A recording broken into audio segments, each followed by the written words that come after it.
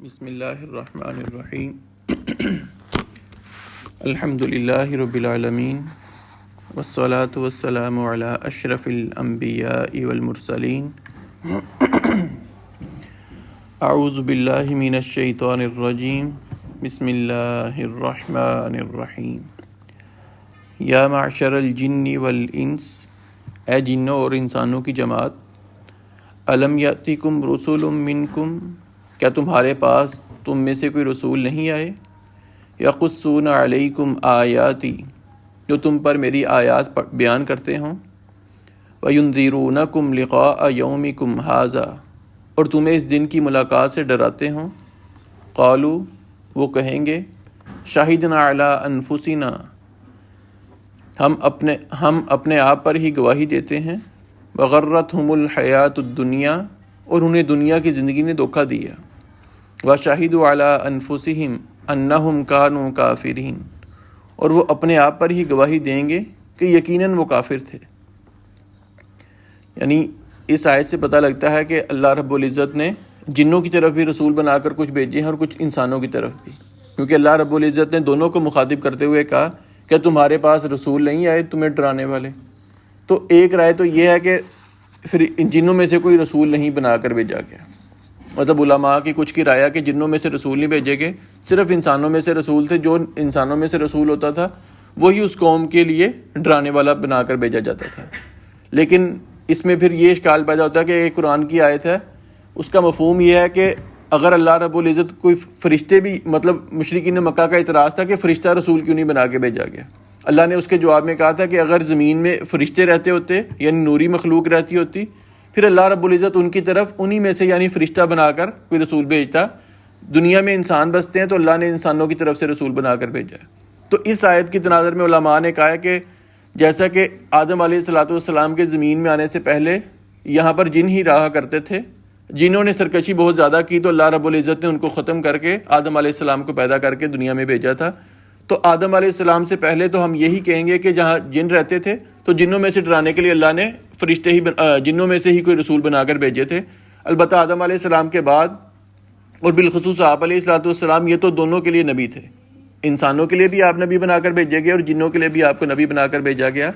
تو یہاں تو یہ جو نبی مراد ہے یہ آدم علیہ السلام سے پہلے جب صرف زمین میں جن رہا کرتے تھے اس وقت اللہ رب العزت نے جنوں میں سے کوئی رسول بنا کر بھیجے ہوں گے، کیونکہ نبیوں کے آ جانے کے بعد اور بالخصوص آپ علیہ السلام یہ دونوں کی طرف نبی بنا کر بھیجے گئے، انسانوں کی طرف بھی اور جنوں کی طرف بھی۔ اس میں اللہ رب العزت نے فرمایا کہ وہ خود اس دن گواہی دیں گے، وقالوا شہدنا علی انفسنا، کہ وہ اپنے ہی خلاف یعنی روز قیامت انسان گواہی دے گا کہ میں ہی جھوٹا تھا، آپ کے نبی سچے تھے۔ یعنی مختلف کیفیات ہیں وہاں کی، یہ نہیں کہ انسان جاتے ہی روز قیامت گناہ مان لے گا۔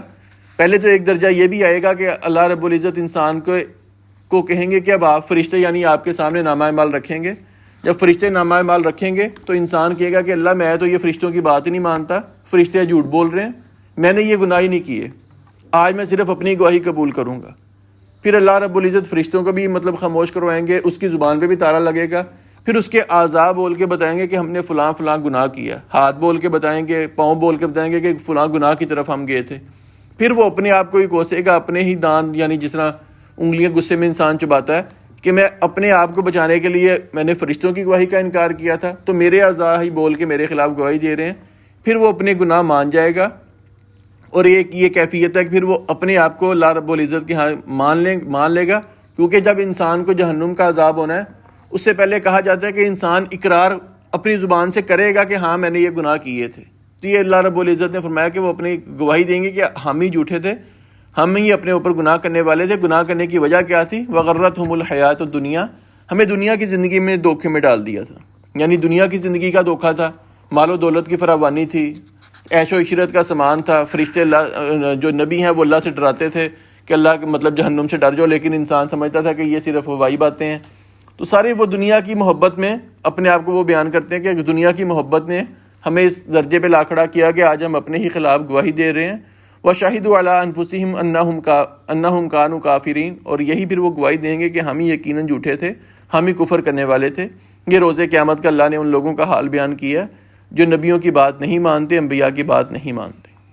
ذالک ان لم یکن ربک مہلک القری بظلم واہلها غافلون، یہ اس لیے بھی کہ تیرا رب کبھی بستیوں کو ان کے کسی ظلم کی وجہ سے ہلاک کرنے والا نہیں کہ جبکہ اس کے رہنے والے بے خبر ہوں۔ یعنی اللہ رب العزت نے اس آیت میں بیان کیا ذالکہ کے رسولوں کے بھیجنے کا جو مقصد ہے وہ یہ ہے کہ وہ لوگوں کو ڈرا دیں، کیونکہ اللہ رب العزت کا یہ طریقہ نہیں ہے کہ اللہ رب العزت نے کسی کو ڈرایا نہ ہو، کسی کو دھمکایا نہ ہو، کسی نبی کو نہ بھیجا ہو اور اللہ اس قوم پر عذاب نازل کر دیں، یہ اللہ کا طریقہ نہیں ہے۔ بلکہ سورۃ فاطر کی آیت نمبر 24 ہے جس کا ترجمہ ہے کہ کوئی بھی امت ایسی نہیں ہے کہ اللہ نے جس کی طرف رسول بنا کر نہیں بھیجا گیا، یعنی کوئی بھی گروہ، کوئی بھی امت، کوئی بھی زمانہ ایسا نہیں ہے کہ جس میں کوئی نہ کوئی نبی بنا کر نہ بھیجا گیا ہو ان کو ڈرانے والا۔ اور دوسری آیت میں اللہ نے فرمایا کہ انہی کی قوم سے اللہ رب العزت انہی کی زبان میں نبی بھیجتے ہیں تاکہ وہ اپنی قوم کو ڈرا سکیں۔ اس لیے کوئی بھی ایسا زمانہ یا کوئی بھی ایسا وقت نہیں ہے کہ جس میں اللہ رب العزت نے کوئی نبی نہ بنا کر بھیجا ہو اور بغیر علم کے اللہ رب العزت کسی قوم کو ہلاک کر دیں۔ اس لیے کہا جاتا ہے کہ اگر کوئی واقعتاً انسان آج کی دنیا میں بھی ایسا ہے کہ جو روز قیامت یہ کہہ سکے کہ میرے تک تعلیمات نہیں پہنچی، پہلی بات تو یہ ہے کہ سوشل میڈیا کے دور میں یہ ایک قسم کی ناممکن بات ہے، کیونکہ یہ آدمی کہہ دے کہ میرے تک اسلام کی تعلیم ہی نہیں پہنچی۔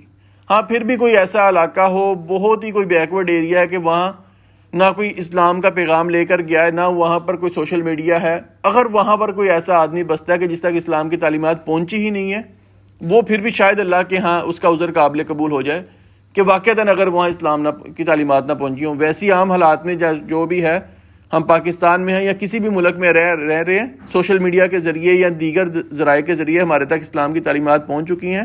روز قیامت ہم یہ اللہ کو عذر نہیں پیش کر سکتے کہ جہالت کی بنا پر یا ہمارے تک علم نہیں پہنچا، ہم عمل نہیں کر سکے، یہ عذر ہمارا قابل قبول نہیں ہوگا۔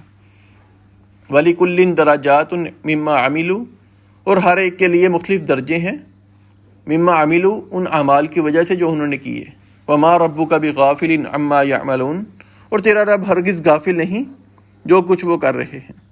یعنی اللہ رب العزت نے دنیا میں بھی انسان کے درجے ہوتے ہیں، کوئی اپر کلاس کا ہے، کوئی لوئر کلاس کا، کوئی مڈل کلاس کا، کوئی تعلیم کے لحاظ سے بھی دیکھ لیں ایک ہی کلاس میں 60 لڑکے ہیں، کوئی فرسٹ آ رہا ہے، کوئی تھرڈ آ رہا ہے، کوئی فیل ہو رہا ہے، تو یہ درجے مختلف ہیں۔ اللہ رب العزت نے فرمایا روز قیامت بھی ایسے ہی درجے ہوں گے، لیکن ان درجوں کا جو معیار ہے، کرائٹیریا، وہ کوئی دنیا میں جیسے ہم کہتے ہیں سفارش کے ذریعے، یا کسی کے ہم کہتے ہیں کہ اسکول میں پیپر لیک ہو گیا، اس نے پیپر لیک ہو گیا تو اس نے مارکس لے لیے، آخرت میں کوئی ایسا معاملہ نہیں، صرف یہ ہے وَمِمَّا عَمِلُوا، جو انسان نے عمل کیا ہوگا اس کے مطابق اللہ رب العزت اس کے درجے بنائیں گے، اس کو درجہ عطا فرمائیں گے۔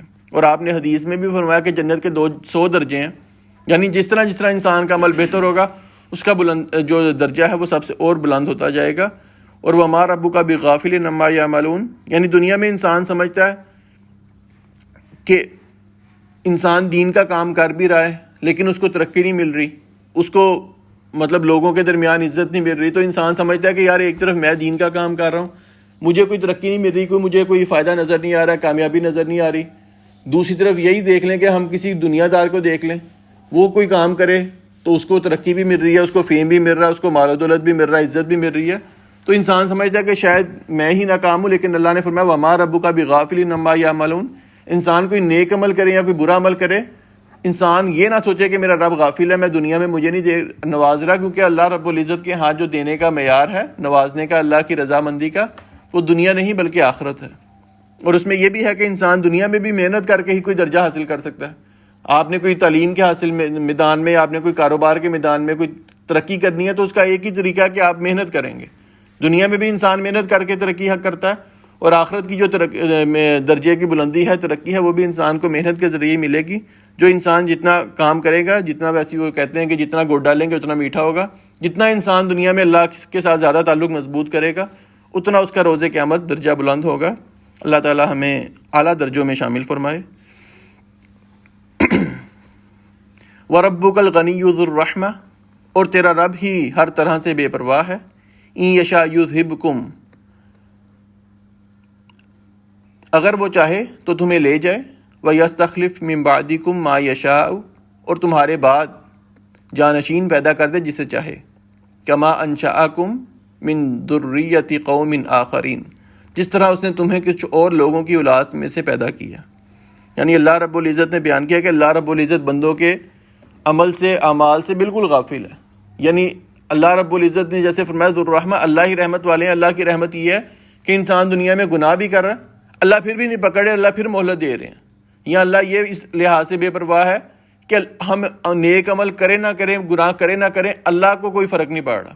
تو اللہ رب العزت کی رحمت یہ ہے کہ اللہ نے پھر بھی ہمارے پاس رسول کوئی بھیجا ہے تاکہ وہ ہمیں ڈرا دھمکا کر اچھے طریقے سے اللہ کے قریب کر دے.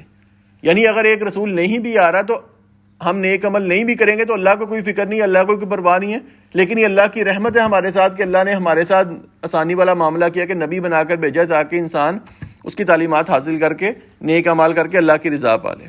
اور یہ بھی ہے کہ اللہ رب العزت نے قرآن میں بیان کیا ہے کہ یا ایھا الناس انتم الفقراء الی اللہ، اے لوگو تم ہی اللہ کے ہاں مطلب فقیر ہو. واللہ هو الغنی الحمید، اللہ رب العزت جو ہے وہی ایسی ذات ہے جو غنی ہے، بے نیاز ہے، وہ تعریف کیا ہوا ہے. یعنی انسان فقیر ہے، جیسے مشرکین مکہ نے کہا تھا جب اللہ کے رسول علیہ الصلوۃ والسلام دین کے لیے پیسہ مانگتے، جہاد کے لیے مانگتے، تو وہ کہتے تھے کہ ہم فقیر ہیں، ہم غنی ہیں، اللہ فقیر ہے. اللہ نے قرآن میں بیان کیا کہ اللہ نے ان لوگوں کی بات سن لی ہے جو یہ کہہ رہے ہیں کہ اللہ تو فقیر ہے، ہم غنی ہیں، یعنی اللہ ہم سے مانگ رہا ہے. اللہ کہتا ہے کہ جو قرض دینا چاہتا ہے مجھے قرض دے، تو قرض وہی لیتا ہے دنیا کے لحاظ سے، جو کمزور ہے وہ کسی سے قرض لے گا. تو وہ کہتے تھے کہ ہم غنی ہیں جو ہم اللہ کے راستے میں مال دیں گے، اللہ کو قرض دیں گے، اللہ نعوذ باللہ فقیر ہے. اللہ نے بیان کیا کہ اللہ جو ہے وہی غنی ہے، ہم ہی اللہ کے ہاں فقیر ہے کہ انسان اللہ رب العزت کے راستے میں خرچ کرتا ہے تو اللہ رب العزت اسی کو اس کا فائدہ دیں گے، کسی اور کو اس کا فائدہ نہیں ملنے والا. اور اللہ نے فرمایا کہ جیسے اللہ رب العزت چاہے تو ایک قوم کو ختم کر دے، یعنی یہ اہل مکہ سے مراد خطاب ہے کہ اگر اللہ چاہے تو ان کو اس قوم کو ویسے ہی ختم کر دے، اور اللہ رب العزت اس کے بعد کوئی نئی قوم پیدا کر دے. کیونکہ یہ ایک ہی سلسلہ چلتا آ رہا ہے کہ ایک نسل اسی نسل سے اللہ اگلی نسل پیدا کرتا ہے، پچھلی ختم ہو جاتی ہے، پھر اگلی نسل پیدا ہوتی ہے. اللہ نے فرمایا کہ جیسے تمہیں پیدا کیا گیا، اسی طرح اللہ رب العزت کے پاس یہ بھی اختیار ہے، اللہ کے پاس طاقت ہے کہ اللہ تمہیں ختم کر کے کوئی نئی نسل پیدا کر دے تمہاری اولاد میں سے جو ہو. انما توعدون لآت، بے شک وہ چیز جس کا تم سے وعدہ کیا جا رہا ہے ضرور آنے والی ہے. وما انتم بمعجزین، اور تم کسی صورت عاجز کرنے والے نہیں. یعنی جس چیز کا تم سے وعدہ کیا جا رہا ہے اس سے مراد میدان محشر بھی ہو سکتا ہے، قبر کا عذاب، جہنم کا عذاب، یا حساب کتاب کا عمل. یا جس چیز کا بھی وعدہ کیا گیا ہے وہ عنقریب آنے والا ہے. کیونکہ دیکھا جائے انسان یہ سوچے کہ قیامت میں تو ابھی بہت سال پڑے ہیں، اس سے اتنے سال پہلے یہ واقعات ہونے ہیں، یہ علامات ہیں قیامت کی، وہ پوری نہیں ہوئی، ابھی تو بہت ٹائم پڑا ہے. لیکن ٹھیک ہے قیامت کو ہم مان لیں کہ ابھی مثال لگا لیں کہ 1000 سال پڑے مثال کے طور پہ، لیکن مجھے اپنی زندگی کا نہیں پتہ کہ جس دن میری موت آ گئی تو میرا تو حساب کتاب شروع ہو گیا. اس لیے قیامت بے شک جتنی مرضی دور ہو، لیکن انسان کو اپنا نہیں پتہ کہ اس کی قیامت کب قائم ہونی ہے. اب انسان نے فوت ہونا تو اس کا حساب کتاب شروع ہے، اس کی جزا سزا شروع ہے. اس لیے جو بھی چیز اللہ رب العزت نے بیان کی کہ قریب آنے والی ہے، انسان یہ سوچے کہ ابھی تو 1000 سال پڑے ہیں، قیامت میں کیسے قریب آنے والی ہے. قریب اسی لیے آنے والی ہے کہ موت جب بھی انسان پر واقع ہوگی اس کا حساب کتاب شروع ہے اور وہ چیز آنے والی ہے. وما انتم بمعجزین، فرمایا کہ تم کسی صورت عاجز کرنے والے نہیں. یعنی جو فرشتے جو اللہ رب العزت کے ہیں جنہوں نے انسان کو پکڑنا ہے، قید کرنا ہے، انسان ان کو عاجز نہیں کر سکتا، ان سے مقابلہ نہیں کر سکتا. یعنی اس کے مقابلے میں انسان کی طاقت زیرو ہے. فرشتے جیسا بھی اس کو پکڑ لیں گے وہ اس کا نہ مقابلہ کر سکتا ہے نہ ان سے بھاگ سکتا ہے.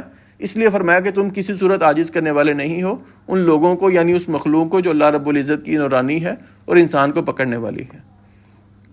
قل یا قومی، کہہ دیجئے میری قوم، اعملوا علی مکانتکم، تم اپنی جگہ پر عمل کرو، انی عامل، بے شک میں بھی عمل کرنے والا ہوں. فسوف تعلمون، تم عنقریب جان لوگے، من تکون لہ عاقبۃ الدار، وہ کون ہے کہ جس کے لیے اس کا گھر کا اچھا انجام ہوتا ہے. انہ لا یفلح الظالمون، بلا شبہ حقیقت یہ ہے کہ ظالم لوگ فلاح نہیں پاتے. یعنی جب اللہ رب العزت کے پیارے حبیب نے لوگوں کو تعلیمات دی تو اللہ رب العزت نے پھر آگے یہ کہہ دیا کہ ان کو کہیں کہ آپ اپنی جگہ عمل کرتے رہیں، ہم اپنی جگہ عمل کرتے ہیں. پھر ایک دن وہ بھی آئے گا کہ اللہ رب العزت فیصلہ کریں گے کہ آخرت کا جو اچھا گھر ہے وہ کس کے لیے ہے. اور دوسری آیت میں اللہ نے فرمایا کہ تم اپنی جگہ پر عمل کرو، میں اپنی جگہ پر عمل کرتا ہوں، تم بھی قیامت کا انتظار کرو، میں بھی قیامت کا انتظار کرتا ہوں، پھر دیکھیں گے فیصلہ کیا ہوگا. اور فرمایا من تکون لہ عاقبۃ الدار، وہ آخرت کا جو اچھا گھر ہے وہ کس کے انجام میں ہوگا، کس کے نصیب میں ہوگا. وہی گھر جس کا ہم نے کل پڑھا تھا دارالسلام، کہ جو سلامتی والا ہے، جس میں نہ کوئی خوف ہوگا نہ کوئی امن ہوگا. تو یہ اللہ رب العزت نے فرمایا کس کے لیے ہوگا، انہ لا یفلح الظالمون، ظلم کرنے والے کبھی فلاح نہیں پا سکتے. یعنی دنیا میں انسان یہ سوچے کہ جیسے پہلے بات ہوئی ہے کہ انسان سوچے کہ یار جو ظلم کرنے والے ہیں ان کو دنیا میں ترقی بھی مل رہی ہے، ان کو دنیا کی آسائشیں بھی مل رہی ہیں، تو شاید یہی صحیح ہے، ہم غلط ہیں جو ہمیں اللہ رب العزت نواز نہیں رہا۔ تو دنیا میں کسی کو مل جانا یہ اللہ رب العزت کی خوشنودی کی یا اللہ کی خوشی کی علامت نہیں ہے۔ اللہ اپنوں کو بھی دیتا ہے اور غیروں کو بھی دیتا ہے۔ وہ حدیث آپ کے سامنے کئی دفعہ رکھی کہ آپ نے فرمایا کہ بکری کا مرا ہوا بچہ پڑا تھا جس میں سے اسمیل بھی آ رہی تھی، آپ علیہ الصلوۃ والسلام نے فرمایا کہ یہ مجھ سے کون خریدے گا؟ صحابہ نے کہا اللہ کے رسول یہ تو مردہ بھی ہے اور اس سے اسمیل بھی آ رہی ہے، یعنی ایک تو مردار ویسی کھانا بھی وہ حلال نہیں ہے، وہ کسی کام کا نہیں ہے، اور اس میں سے اسمیل بھی آ رہی، تو یہ آپ سے کون خریدے گا؟ کہا اللہ کے ہاں دنیا کی ویلیو اس سے بھی کم ہے کہ یہ تو حقیر بکری کا بچہ مرا پڑا ہے، تم اس کی طرف دیکھنا بھی نہیں چاہ رہے، تم اسے دور جھانک رہے ہو۔ اللہ کے نزدیک جو ہے دنیا کی ویلیو وہ اس سے بھی کم ہے۔ اللہ کافروں کو بھی نوازتا ہے اور ایمان والوں کو بھی نوازتا ہے، لیکن انہ لا یفلح الظالمون، حقیقی جو کامیابی ہے وہ ظالم لوگوں کو نہیں ملے گی، وہ صرف ایمان والوں کو ملے گی۔ اس کے لیے انسان کو عمل کرنا ہے اور دنیا کی مشکلات پر صبر کرنا ہے۔ وَجَعَلُوا لِلَّهِ، اور انہوں نے اللہ کے لیے بنا دیا وہ چیزیں مما ذرا من الحرث والانعام نصیبا، ان چیزوں میں سے جو اس نے کھیتی اور چپاہوں میں سے پیدا کی ایک حصہ مقرر کیا۔ فقالوا، انہوں نے کہا ھذا للہ بزعمہم وھذا لشرکائنا، یہ اللہ کے لیے ہے ان کے خیال کے مطابق اور یہ ہمارے شریکوں کے لیے ہے۔ فما کان لشرکائہم فلا یصل الی اللہ، پھر جو ان کے شرکاء کے لیے ہے سو وہ اللہ کی طرف نہیں پہنچتا۔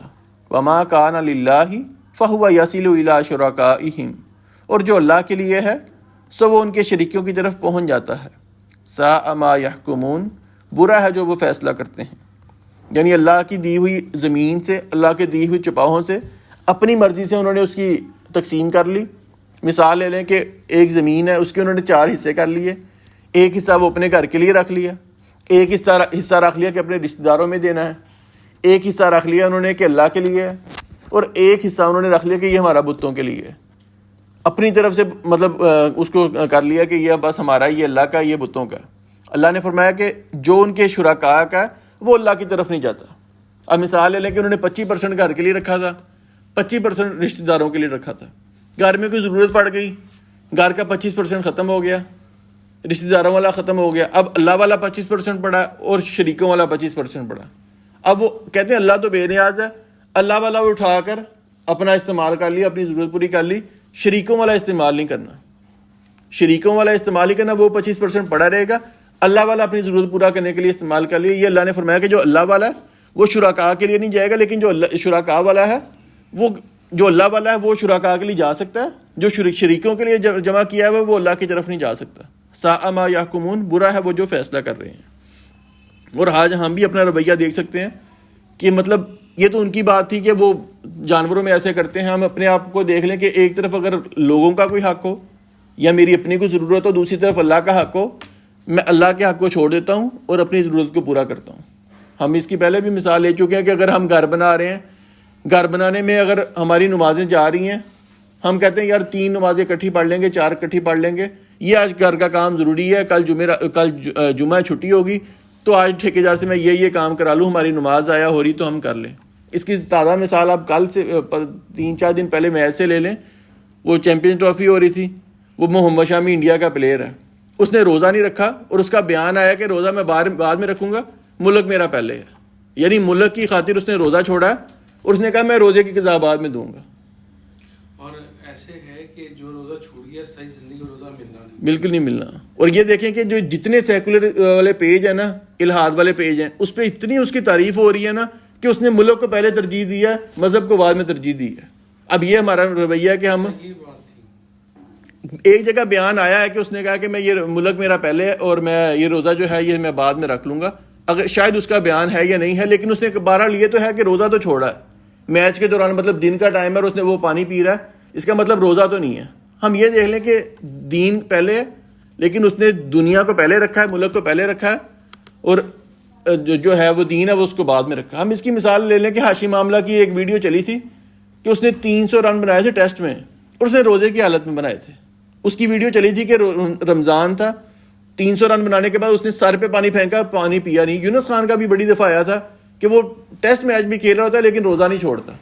کئی پلیئر ایسے ہیں جو روزہ نہیں چھوڑتے. محمد رضوان کا بھی کہتے ہیں کہ وہ روزہ رکھ کے میچ کھیلتا ہے. ٹھیک ہے، اچھی بات ہے، وہ دنیا بھی کما رہے ہیں، آخرت بھی کما رہے ہیں. لیکن یہ کہ انسان کہ میں روزہ چھوڑ دوں، اللہ کا حق بعد میں ادا کروں گا، بندوں کا حق پہلے ادا کروں، یہی بات ہے جو مشرکین مکہ کیا کرتے تھے. وَكَذَلِكَ، اور اسی طرح زَيَّنَ لِكَثِيرٍ مِّنَ الْمُشْرِكِينَ،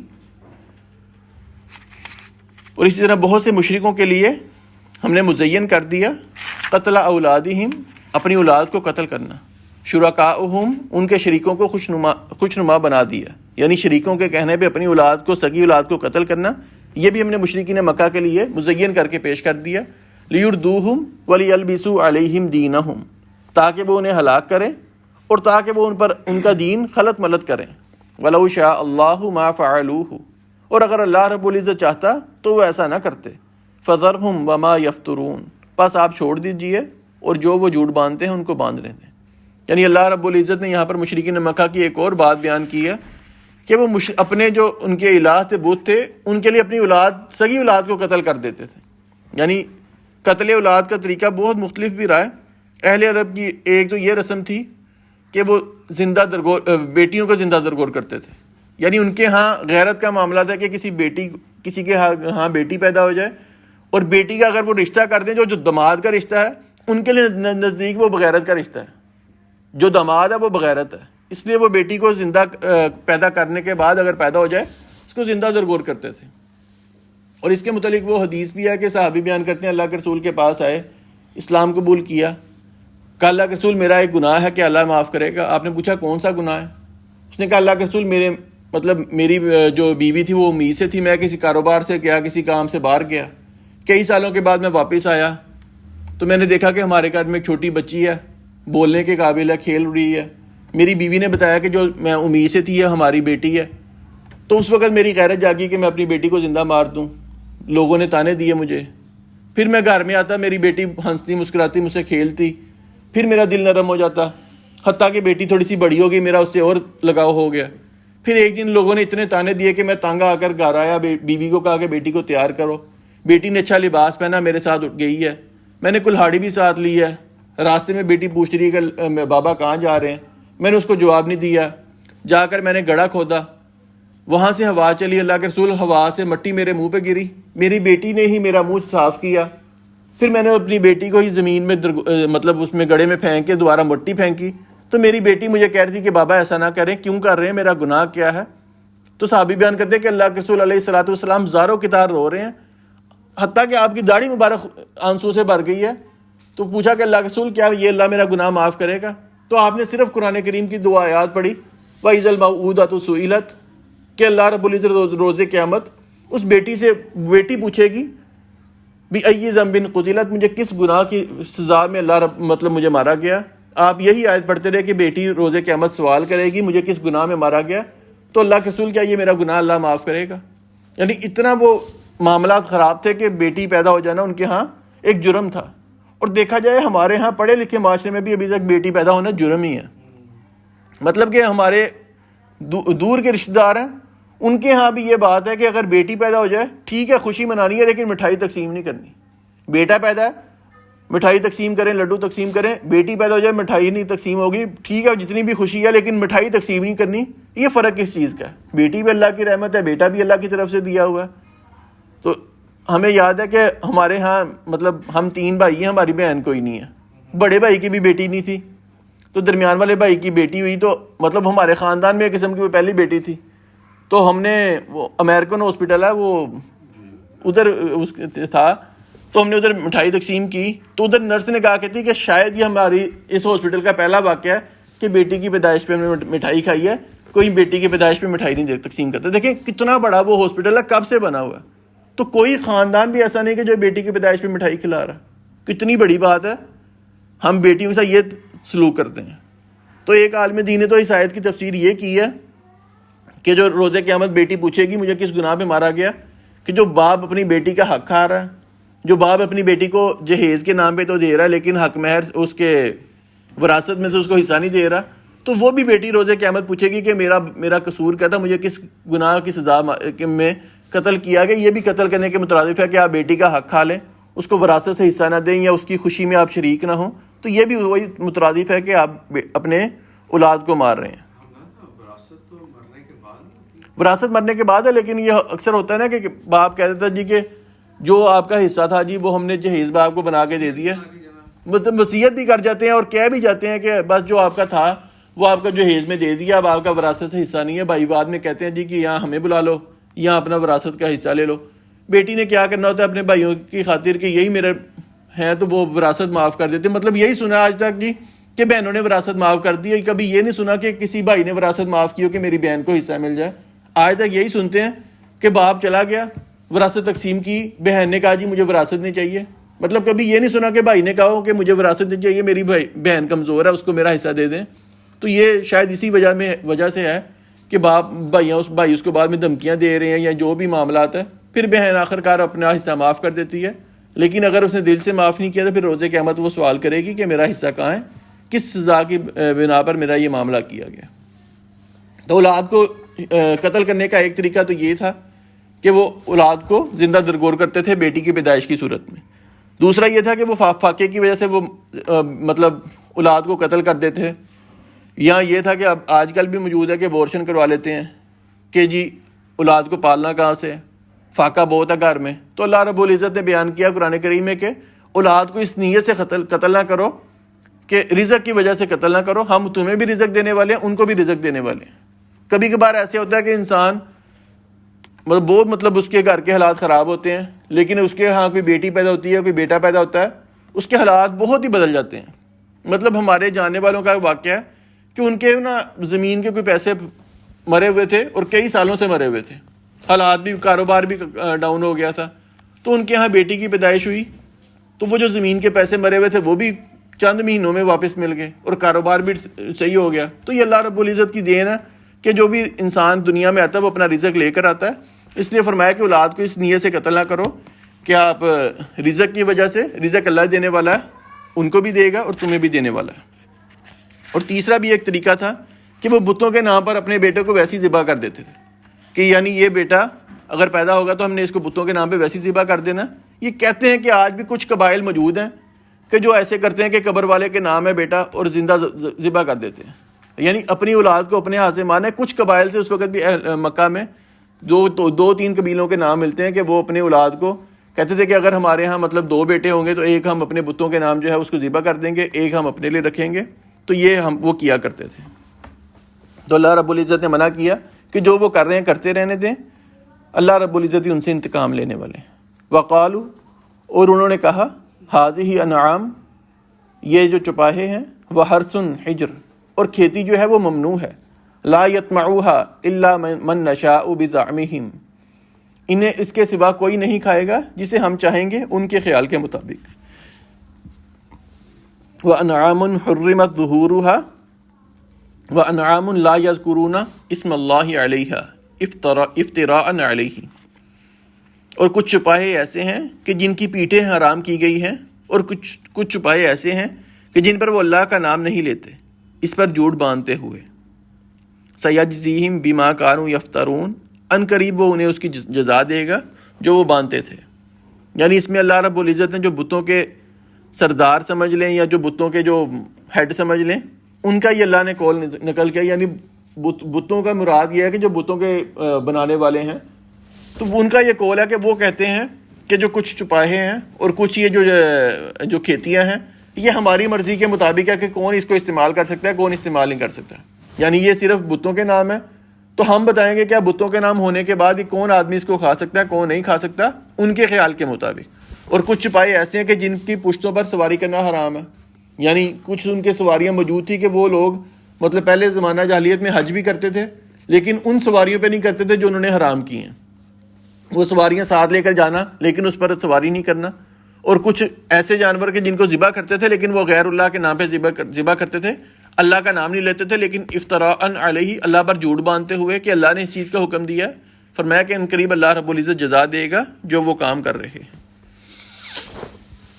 وقالو، اور انہوں نے کہا، فی بطون ہذہ الانعام خالصۃ لذکورنا، جو ان چپاہوں کے پیٹوں میں ہے وہ خالص ہمارے مردوں کے لیے ہے، وہ محرم علی ازواجنا، اور ہماری بیویوں پر حرام کیا ہوا ہے۔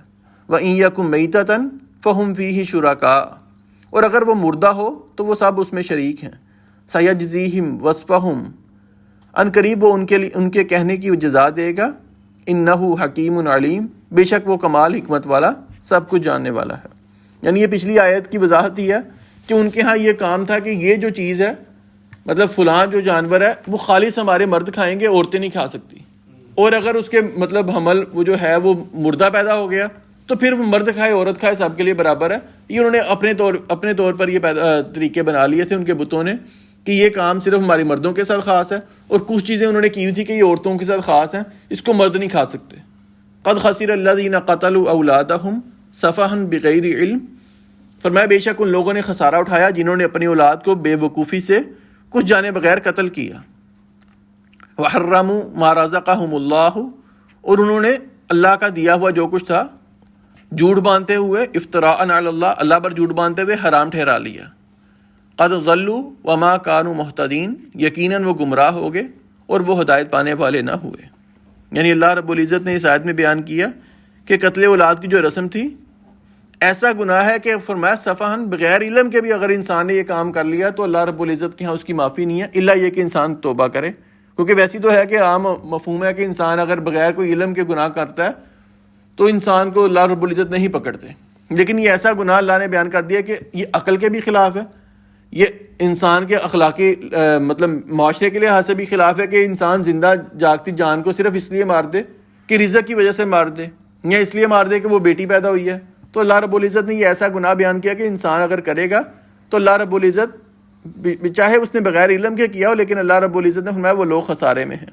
وحرموا ما رزقہم اللہ افتراء علی اللہ، اور دوسرا وہ گروہ خسارے میں ہے کہ جنہوں نے اللہ کا دیا ہوا اپنے اوپر حرام کر لیا بغیر اللہ رب العزت کے بتائے ہوئے، یعنی اللہ پر جھوٹ باندھ لیا کہ اللہ نے یہ حرام کیا، تو اللہ رب العزت نے اس گناہ کے متعلق بیان کر دیا کہ وہ بھی خسارے میں ہیں۔ قد ضلوا وما كانوا مہتدین، اور وہ یقیناً گمراہ ہو گئے اور وہ ہدایت پانے والے نہ ہوئے۔ اس آیت سے ہمیں علم کی بھی اہمیت پتہ لگتی ہے کہ اللہ رب العزت نے بیان کیا کہ بغیر علم کے جو انسان نے گناہ کیا وہ بھی اللہ رب العزت اس پہ پکڑ سکتے ہیں۔ یعنی آج ہم بہت سے لوگ اس لیے علم حاصل نہیں کرتے کہ اگر ہمیں پتہ لگ گیا، مطلب کہ علم کا پتہ لگ گیا کہ فلاں طریقہ یہ ہے، اگر نہ کیا پھر گناہ ہوگا، چلو ابھی نہیں پتہ تو ہماری معافی ہے۔ اکثر تو لوگوں کا ہے نا کہ یار آجو وہاں اس ٹاپک پہ بات ہونی ہے، وہ کہتے ہیں یار اسی سانو نہیں پتہ نا اسی چنگے ہیں، یہ پتہ لگ گیا یہ پھر نہ کتا پھر گناہ ہوئے گا۔ مطلب انسان علم ہی اس لیے نہیں حاصل کر رہا کہ میں سیکھنے کے بعد مجھے گناہ ہوئے گا، میں نے عمل نہ کیا، تو انسان یہ نہ سوچے کہ میں نے علم حاصل نہیں کیا تو مجھے گناہ نہیں ہوگا۔ اگر انسان نے اس نیت سے علم حاصل نہیں کیا یا جان بوجھ کر اس کو پتہ ہے کہ وہاں پر علم حاصل ہو رہا ہے اور علم مل سکتا ہے، انسان علم حاصل نہ کرے پھر وہ اس کا عذر قابل قبول نہیں ہے، بغیر علم کے بھی اللہ اس کو پکڑ سکتے ہیں۔ اب اس کی مثال لے لیں کہ آپ کا کوئی ہمسایہ ہے، اس کو قرآن بالکل ہی نہیں آتا، نہ ترجمہ آتا ہے نہ اس کو پڑھنا آتا ہے، اور آپ اس کو جا کے کہیں کہ یار ہمارے ہاں قرآن کی کلاس ہو رہی ہے آپ آ جائیں، وہ پھر بھی نہیں آتا، اور وہ کل جا کے اللہ کو کہے کہ مجھے قرآن آتا ہی نہیں تھا، میرے پاس کوئی سمجھانے والا نہیں ہے، سکھانے والا نہیں ہے، اس کا عذر قابل قبول نہیں ہے کہ اس کو آپ نے جا کے دعوت دے دی، اس کو دعوت نہیں بھی دی، اس کو پتہ لگے کہ وہاں پر قرآن کی کلاس ہو رہی ہے میں جا سکتا ہوں، میرے لیے کوئی مشکل نہیں ہے جانا، وہ پھر بھی نہ آئے قرآن سمجھنے اور بعد میں کہے کہ مجھے قرآن کے بارے پتہ نہیں تھا، اس کا یہ عذر اللہ کے ہاں قابل قبول نہیں ہوگا۔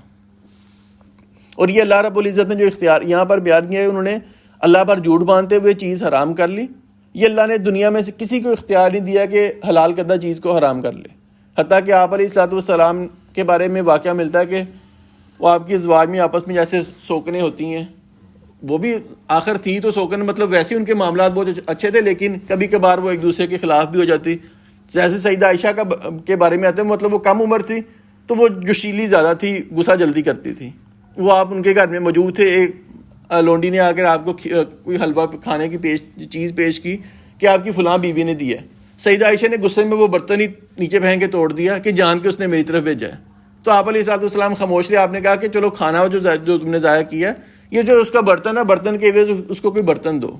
تو ایسے وہ سیدہ عائشہ کے بارے میں ملتا ہے کہ سیدہ عائشہ اور سیدہ حفصہ نے غالباً آپس میں، مطلب یہ تھوڑے آپس میں ان کے دوستی تھی، انہوں نے مل کے سوچا کہ آپ علیہ الصلوۃ والسلام فلاں بیوی کے گھر جاتے ہیں تو ہر دفعہ نا وہاں سے کچھ نہ کچھ کھا کے آتے ہیں، تو چلو شہد کھا کے آتے ہیں، مطلب کھا کے آ رہے ہیں تو ان کو نا روکتے ہیں، تو انہوں نے کہا کہ جب وہ آپ آئے تو آپ نے ان کے گھر آئے، ان کو کہا جی اللہ کے رسول آپ کے منہ سے اسمیل آ رہی ہے، آپ نے کہا میں نے تو اس فلاں گھر سے شہد کھایا تھا، چلو ٹھیک ہے بات ختم ہوگی. تو دوسری بیوی کے گھر کی انہوں نے بھی یہ بات کی، تو آپ نے کہا کہ اللہ کی قسم میں آج کے بعد شہد نہیں کھاؤں گا. تو اللہ نے آپ کو منع کر دیا کہ اللہ کی جو حلال کردہ چیز ہے آپ نے اپنے اوپر کیوں حرام کیا، آپ نے نہیں کھانی. آپ ویسی نہ کھائیں کوئی حلال کردہ چیز، لیکن آپ یہ کہیں کہ میں کھاؤں گا نہیں، یہ میرے اوپر حرام ہے، یہ اللہ نے کسی کو اختیار نہیں دیا. جیسے کئی چیزوں کے بارے میں مطلب کو آپ کو کھانے کی چیز پسند نہیں ہے آپ وہ نہ کھائیں، لیکن آپ لوگوں کو بھی روکیں کہ یار یہ چیز نہیں کھانی. خرگوش کا گوشت حلال ہے، کھا سکتے ہیں. اگر کسی کو طبی طور پر نہیں پسند وہ نہ کھائے. آپ کو بھی آپ کے سامنے بھی ایک چیز رکھی گئی تھی تو وہ ہاں جی، تو وہ اس کو پتہ نہیں عربی میں ذب کہتے ہیں شاید، تو وہ آپ علیہ السلام کے سامنے رکھی، آپ نے نہیں کھائی. سیدنا خالد بن ولید بیٹھے تھے، انہوں نے کہا اللہ کے رسول آپ کھائیں، آپ نے کہا میں نہیں کھاتا. تو آپ کھا سکتے ہیں، سیدنا خالد نے کھائی ہے. مطلب آپ کو نہیں پسند، آپ نے نہیں کھائی، وہ چیز حلال ہے. تو اللہ رب العزت نے حرام کرنے کا اختیار کسی کو نہیں دیا. وَهُوَ الَّذِي، اور وہی ذات ہے، انشاء جس نے پیدا کیے، جنات باغات، معروشات چھپروں پر چڑھائے ہوئے، وغیرہ معروشات اور نہ چڑھائے ہوئے، والنخلا اور کھجور کے درخت، والزرع اور کھیتی، مختلفاً اکلہ جس کے پھل مختلف ہیں، والزیتون والرمان متشابہا وغیرہ متشابہ، اور زیتون اور انار جو ایک دوسرے سے ملتے جلتے بھی ہیں اور نہ ملتے جلتے بھی. کلوا من ثمرہ اذا اثمر، اس کے پھل میں سے کھاؤ جب وہ پھل آئے یعنی پک جائے. وآتوا حقہ یوم حصادہ، اور اس کا حق اس کی کٹائی کے دن ادا کرو. ولا تسرفوا، اور حد سے نہ گزرو. انہ لا یحب المسرفین، یقیناً وہ حد سے گزرنے والوں سے محبت نہیں کرتا. یعنی چھپرے ہوئے سے مراد جو درخت اوپر کو جاتا ہے، جیسے انگور کا درخت ہے وہ اوپر کو مطلب پھیلتا ہے، بڑا ہوتا ہے، اور نہ چھپرے ہوئے سے مراد جو زمین کی طرف پھیلتا ہے، جیسے تربوز کا درخت ہے، خربوزے کا درخت ہے، وہ اللہ رب العزت مطلب وہ زمین کی طرف پھیلتا ہے، اوپر کو نہیں پھیلتا. تو اللہ رب العزت نے بیان کیا کہ وہ بھی ہم نے پیدا کیے، یہ بھی ہم نے پیدا کیے. کھجور کے درخت اللہ نے پیدا کیے، یعنی سب کچھ اللہ نے پیدا کیا. مقصد بیان کرنے کا یہ ہے کہ انسان اس پہ غور و فکر کرے، اللہ کی معرفت حاصل کرے کہ اللہ نے کیسی کیسی چیزیں سب کچھ پیدا کر دی ہے. یعنی ایک ہی پانی سے آپ ان کو خوراک مہیا کر رہے ہیں، لیکن سب کا ذائقہ، سب کا رنگ اللہ رب العزت نے مختلف پیدا کیا. اور فرمایا وآتوا حقہ یوم حصادہ، یعنی زکوٰۃ دینے کا ویسی تو عام کاروباری لحاظ سے تو یہی ہے کہ آپ نے سال کے بعد زکوٰۃ دینی ہے، لیکن کھیتی کا معاملہ یہ ہے کہ جب آپ کھیتی پک جائے گی اسی وقت آپ نے اس کی زکوٰۃ دینی ہوتی ہے. وہ چاہے سال میں 3 دفعہ پک رہی ہے، چاہے سال میں 1 دفعہ، جب وہ پکے گی اگر وہ مطلب 52.5 تولے چاندی سے مالیت زیادہ رکھتی ہے تو آپ نے اس کی جو زکوٰۃ ہے اسی وقت ادا کرنی ہے. اور اس کے علاوہ بھی اس میں حق ہو سکتا ہے، یعنی اس سے مراد یہ بھی ہو سکتا ہے کہ نفلی صدقہ کرنا ہے. یعنی جب آپ کی باغ اس میں آپ کا کوئی پھل پک رہا ہے تو لوگوں کو بھی مطلب ہوتا ہے کہ یار ایک نیا پھل آ رہا ہے، تو اللہ رب العزت نے بیان کیا کہ سارا مال خود ہی نہیں رکھنا، کچھ آپ لوگوں کو بھی نفلی طور پہ بھی دینا چاہیے. کیونکہ یہ صورت تو مکی ہے، لیکن بعض علماء کہتے ہیں کہ یہ آیت مدنی ہے، یعنی زکوٰۃ کے احکام مدینہ میں نازل ہوئے.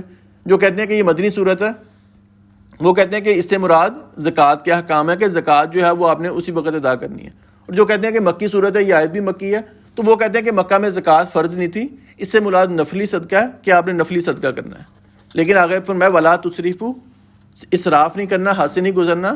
اس سے 3 معنی مراد ہیں. ایک یہ کہ آپ حد سے زیادہ خرچ کریں، دوسرا یہ کہ ایسی چیز پہ خرچ کریں کہ جو کام کی نہیں ہے، فضول چیز ہے، مطلب اس کا کوئی آپ کو فائدہ ہی نہیں ہے، آپ اس پہ خرچ کرتے رہیں. اور تیسرا یہ کہ آپ گناہ کے معاملے میں خرچ کریں. اور دین کا قاعدہ یہ ہے کہ آپ دین کے کام میں بھی آپ نے خرچ کرنا تو آپ ایک اعتدال کے ساتھ خرچ کریں، حد سے زیادہ نہ خرچ کریں. کہا جاتا ہے کہ یہ آیت اس وقت نازل ہوئی ہے جب ثابت بن قیس رضی اللہ تعالیٰ عنہ کا کھجوروں کا باغ تھا، یعنی صرف ان کے پاس کاروبار کے لحاظ سے صرف وہی چیز تھی.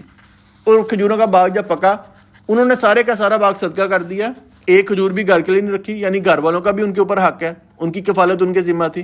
انہوں نے اپنے اوپر بھی خرچ نہیں کیا، اپنے گھر والوں پہ خرچ نہیں کیا، سارا اللہ کے راستے میں خرچ کر دیا. تو اللہ رب العزت نے فرمایا کہ ولا تسرفوا، یہ بھی اسراف ہے کہ انسان دین کے معاملے میں خرچ کرے اور سب کچھ اپنے آپ کو مطلب دے کے بعد میں اپنے اوپر ملامت کرے گا، لوگوں کے ہاتھوں کی طرف دیکھے گا. اور دوسری حدیث کے مطابق کہ افضل صدقہ انسان کا وہ ہے کہ جس کو دینے کے بعد انسان کسی کا محتاج نہ ہو. اب یہ نہیں کہ آپ کے پاس گھر میں 5 لاکھ روپیہ پڑا ہوا ہے، ٹوٹل آمدن آپ کی مطلب سب کچھ ملا کے جمع پونجی 5 لاکھ ہے، آپ 5 لاکھ صدقہ کر دیں، اس کے بعد آپ لوگوں کے پاس جائیں کہ مجھے زکوٰۃ دے دو، مجھے صدقہ دے دو. یہ اللہ کو صدقہ پسند نہیں ہے. افضل صدقہ وہ ہے کہ آپ 5 لاکھ میں سے آپ 50,000 دے دیں، 20,000 دے دیں کہ دینے کے بعد آپ لوگوں کا بھی ضرورت پوری کر رہے ہیں اور آپ اپنی بھی ضرورت پوری کریں. یہ اللہ رب العزت کو یہ چیز پسند ہے. اور گناہ کے معاملے میں ویسے نہیں خرچ کرنا چاہیے، مطلب وہ کوئی بھی معاملہ گناہ کا ہو اور یا کوئی ایسی چیز میں خرچ کرنا کہ جس کی ضرورت ہی نہیں ہے. یہ 3 چیزیں اسراف کے اندر آتی ہیں.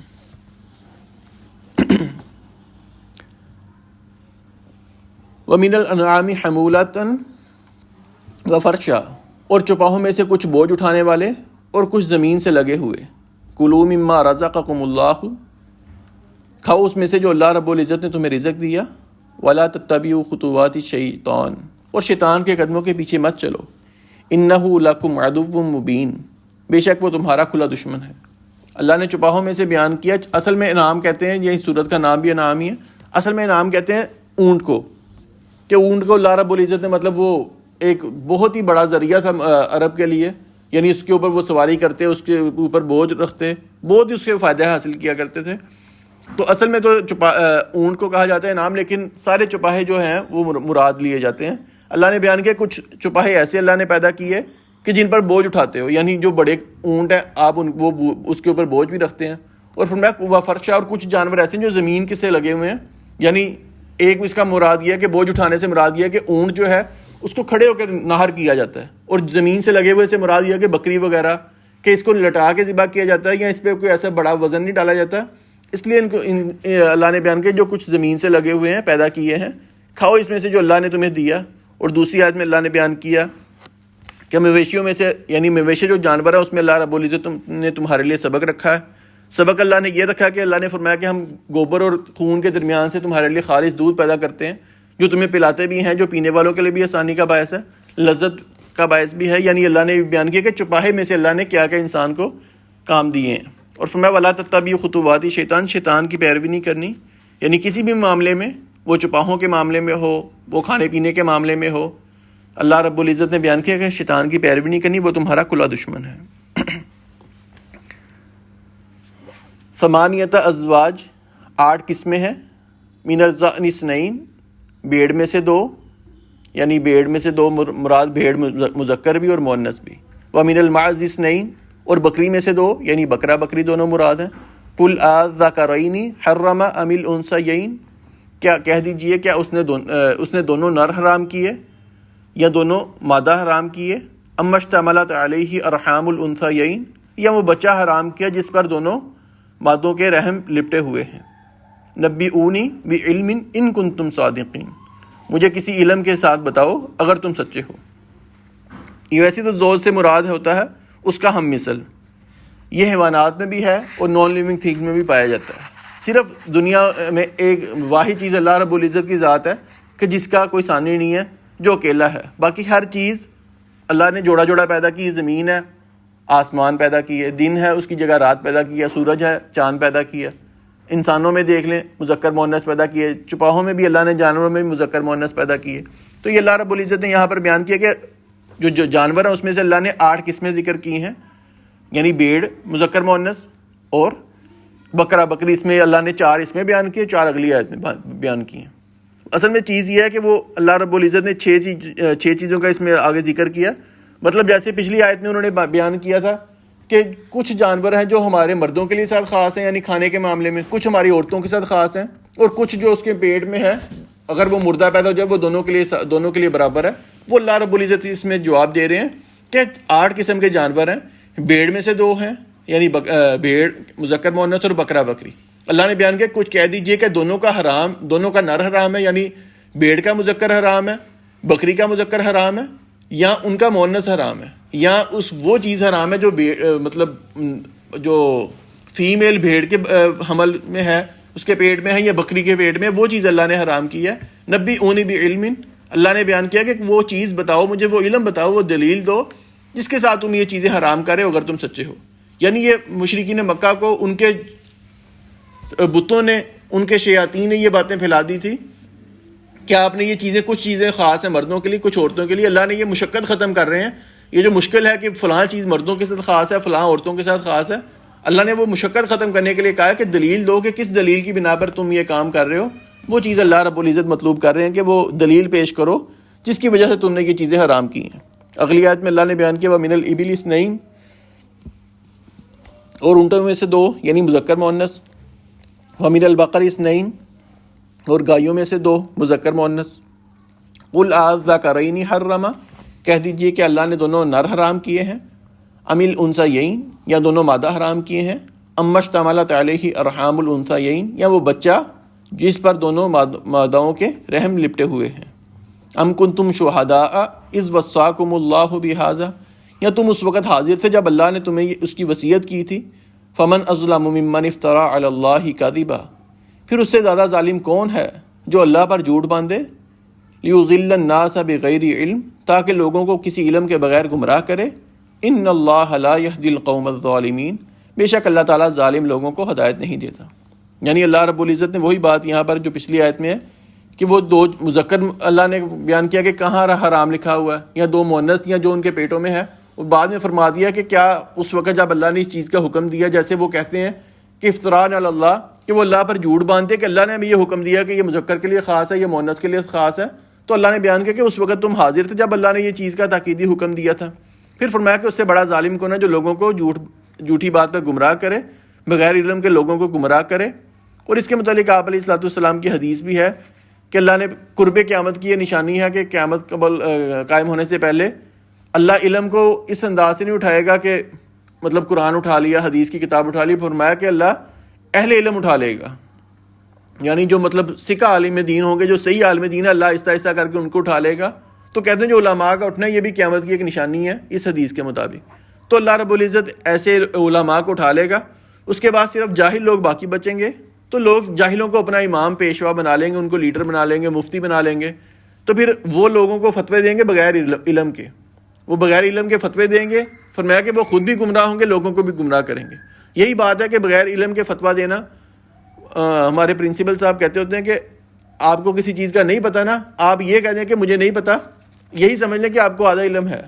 یہ کہہ دینا کہ مجھے کسی چیز کا نہیں پتہ، یہ آپ کا نصف علم ہے۔ کم از کم آپ نے اس چیز کا اعتراف کریں کہ مجھے اس چیز کا علم نہیں ہے، یہ چاہے کہ آپ کوئی جھوٹی بات بیان کر دیں کہ اس کا یہ جواب ہے، اس کا یہ جواب ہے۔ مطلب بڑے بڑے علماء کو یہ ہو جاتا ہے کہ آپ ان سے کوئی وقت پہ سوال پوچھیں، ان کے ذہن میں کوئی دلیل نہیں آ رہی ہوتی، کوئی حدیث نہیں آ رہی ہوتی، تو یہ سوچنا کہ اگر مجھ سے کوئی مثال آپ کو مجھ سے سوال پوچھیں، میں آپ کو کہوں گا اس کا یہ جواب ہے اور مجھے پتا ہے کہ یہ جواب نہیں ہے، صرف میں اس لیے جواب دے رہا ہوں کہ اگر میں نے جواب نہ دیا آپ سوچیں گے یار انہوں نے بھی نہیں پتا۔ صرف اس ڈر سے انسان جھوٹ بولے تو اللہ رب العزت کے ہاں بہت بڑا گناہ ہے۔ کوئی اس میں آر نہیں ہے، انسان ہے، بھول سکتا ہے، ذہن میں نہیں ہے یا انسان نے پڑھا نہیں ہے، انسان چپ کر کے کہہ دے کہ مجھے نہیں پتا، میں دیکھ کے بتا دوں گا، بہترین جواب یہی ہے۔ اور اللہ رب العزت نے فرمایا کہ یہ ظلم ہے جو انسان لوگوں کو ایسے گمراہ کرے، اور جو گمراہ کرے فرمایا اس کو اللہ ہدایت نہیں دیتا۔ ایسے لوگوں کو جو اللہ رب العزت کے بارے میں جھوٹ بولتے ہیں یا بغیر علم کے بات کرتے ہیں۔ قل کہہ دیجئے لا اجد ما اوحی الی محرما علی طاعم یطعمہ، کہہ دیجئے میں اس وحی میں جو میری طرف کی گئی ہے کسی کھانے والے پر کوئی چیز حرام نہیں پاتا، یطعمہ جسے وہ کھائے، الا سوائے اس کے، ان یکون میتۃ کہ وہ مردار ہو، او دما مسفوحا یا بہایا ہوا خون ہو، او لحم خنزیر یا خنزیر کا گوشت ہو، فإنہ رجس او فسقا کہ بے شک وہ گندگی ہے یا نافرمانی کا باعث ہو، احل لغیر اللہ بہ جس پر غیر اللہ کا نام پکارا گیا ہو، فمن اضطر غیر باغ ولا عاد پھر جو مجبور کر دیا جائے اس حال میں کہ نہ بغاوت کرنے والا ہو نہ حد سے گزرنے والا ہو، فإن ربک غفور الرحیم بے شک آپ کا رب بے حد بخشنے والا نہایت رحم کرنے والا ہے۔ ایسا کہ یہ مکی صورت ہے، مکی صورت میں صرف شروع میں جو ابتدائی طور پہ یہی چیزیں حرام کی گئی تھی، جیسے پچھلی آیات میں وہ کہہ رہے ہیں کہ ہمارے اوپر اللہ نے یہ چیزیں حرام کی ہیں جو اپنی طرف سے انہوں نے بنائی ہوئی تھی، اس سب کو اللہ رب العزت نے بیان کرنے کے بعد کہ یہ صرف ان کا گڑا ہوا ہے۔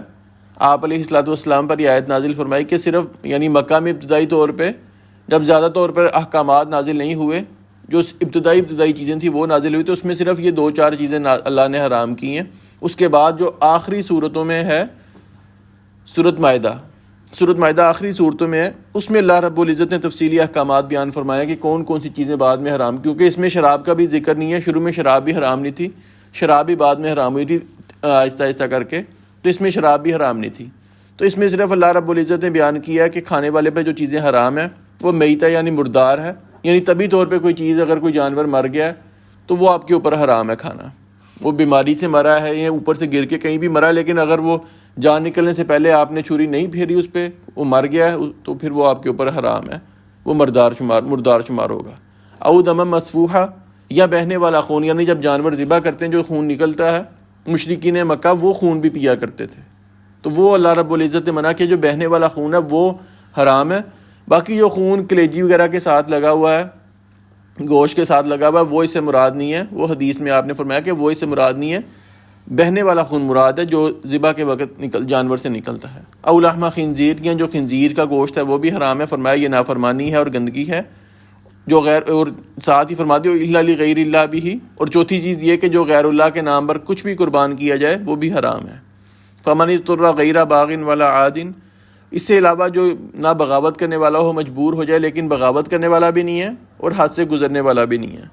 یا دوسرا ترجمہ اس کا یہ ہے کہ فمن اضطر غیر باغ، کہ وہ خود جان بوجھ کے طلب کرنے والا نہیں ہے، یعنی اس کو پتہ ہے کہ مجھے حلال چیز میسر ہو سکتی ہے، لیکن کسی کو مثال کے طور پر اب یہاں پر حرام چیز کوئی پڑی ہے میرے سامنے، اب مجھے پتہ ہے کہ میری جان نکل رہی ہے، میں آپ سے کچھ مطالبہ کر سکتا ہوں کہ گھر سے کوئی چیز لا دیں، میں نے کھانی ہے. اب میں دیکھتا ہوں کہ نہیں میرے سامنے چلو یہ حرام چیز موجود ہے، خود اس کا میں مطالبہ نہیں کر رہا. مطالبہ یہی ہے کہ مجھے پتہ ہے کہ مجھے حلال میسر ہو سکتا ہے، میں حلال مطالبہ نہیں کر رہا، میں حرام سے چیز پوری کر رہا ہوں، تو یہ بھی بغاوت میں ہے. ولا عادن، اور عادی سے مراد یہ ہے کہ جو عادی ہو، یعنی روز مرہ وہ استعمال کرنے والا ہو. ایک اس کا ترجمہ یہ ہے کہ خود طلب کرنے والا نہ ہو حرام کو، یا عادی نہ ہو کھانے کا. یا دوسرا ترجمہ یہی جو اس پہ کیا ہوا ہے کہ نہ بغاوت کرنے والا ہو نہ حد سے گزرنے والا ہو. اور اس کے علاوہ بعد میں آپ علیہ الصلوۃ والسلام پر اللہ رب العزت نے احکامات نازل فرمائے. کچھ چیزیں آپ نے قرآن کے ذریعے حرام کی ہیں، جیسے شراب کا حکم ہے، اور کچھ چیزیں آپ علیہ الصلوۃ والسلام نے حدیث کے میں بھی حرام کیا کہ ہر جو کچلی والا جانور ہے، یا جو ہر وہ جو پرندہ جو پنجے سے شکار کرتا ہے، جو جانور پنجے سے شکار کرتے ہیں وہ بھی حرام ہے، اور جو کچلی والے جانور ہیں وہ بھی حرام ہے. کچلی والا، اب مجھے اس کی وضاحت نہیں پتا کہ کیا ہے، بس حدیث میں یہ آتا ہے کہ کچلی والا، یہ کوئی دیسی بندہ بتا سکتا ہے اگر آپ کو پتا ہے کہ کچلی والا جانور کون سا ہوتا ہے. میں نے سنا ہوا ہے لیکن مجھے پتہ نہیں ہے. میں اس کا کل انشاءاللہ اس کا میں کل بتاؤں گا کہ کچلی والا جانور کون سا ہے. کچل کے کھاتا ہو، میرا خیال ہے ایسی ہی ہے کہ مطلب ہے چیز ایسی ہی کہ جو پاؤں سے مطلب شکار کر کے پاؤں سے مطلب وہ اس کو شکار کرتا ہے، ہاتھ سے یا شکار نہیں کر رہا. وہ جیسے